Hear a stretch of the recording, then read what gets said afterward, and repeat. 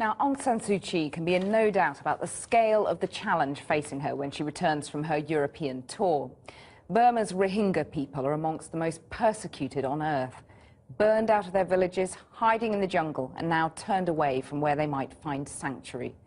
Recent violence has forced 90,000 from their homes. And as our Asia correspondent John Sparks now reports, many are making the perilous journey from Burma by sea across the Naf estuary to Bangladesh, where they're being turned away to an uncertain fate. At the end of a jetty on the coast of Bangladesh, the sound of misery rises up above the wind and the waves.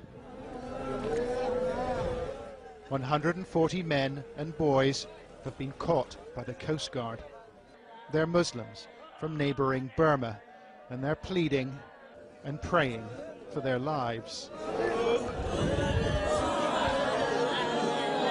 "Oh Allah, save us, they cry. But the officers aren't listening. After weeks of violence in northwest Burma, members of the Muslim minority, called the Rohingya, are trying to flee. But no one wants them. An officer takes photos. His colleagues hand out water and a packet of rice. And then they order the group back out to sea.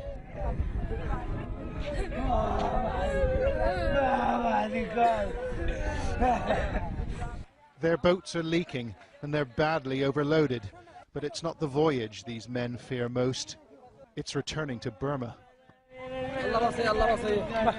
"They'll kill me," says this man. An officer from the Coast Guard replies, "Allah will save you. Now go back." In Burma's Rakhine state, the fires have been burning for weeks. Homes have been razed and lives taken by hate-filled mobs. Ethnic Buddhists and the minority Muslims blame each other for the violence, but the facts are hard to come by. International NGOs have pulled their staff out, too dangerous, they say, while Burma's government won't let independent observers in. Right now, the situation we're looking at right now on the ground is it's very, very difficult to get an accurate picture of what's actually going on. Information is scarce, but our camera team found people willing to talk.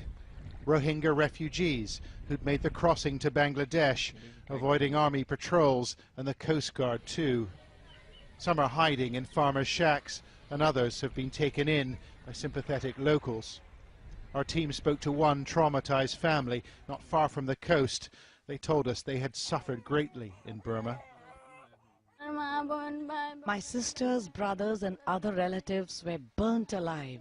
They burnt my own children. We couldn't bear it anymore, so we came to Bangladesh. The Coast Guard turned us back 3 times, and we floated at sea for 4 days and 4 nights. And then we managed to sneak in.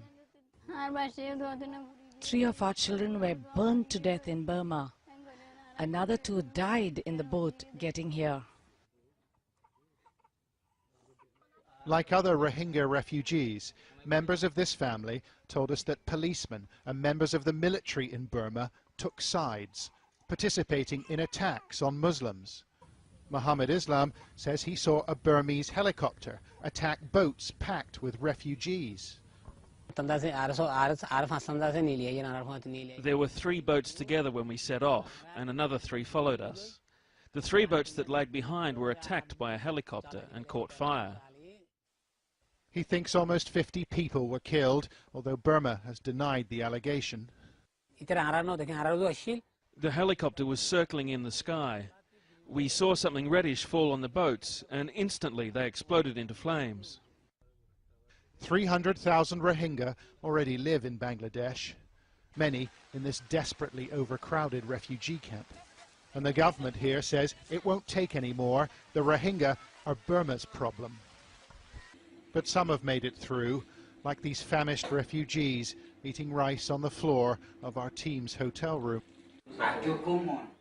Everyone wants to take shelter in Bangladesh, but they can't get in. The police are everywhere.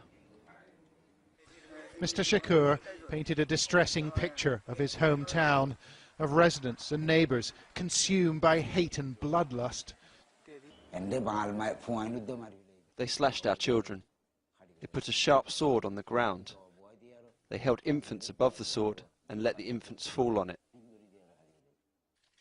They killed the babies that way. Did you see this happen? We asked him. Yes, I did. I saw it with my own eyes. They are shocking allegations, but is anyone prepared to listen? Burma's opposition leader, Aung San Suu Kyi, was feted in Europe for her stand against the country's military leaders, but she chose not to speak up for the Rohingya last week. She said she didn't know whether they were Burmese. We don't know what happened to the men and the boys we filmed on the jetty in the Bangladeshi town of Teknaf. A local contact said 5 of the boats pushed back into the sea had disappeared by the next morning. But like much of the testimony we've heard, we've been unable to verify it. It's a catastrophe for a little-known group of people that nobody seems to want. Only dialogue and generosity and human decency will prevent further loss of life.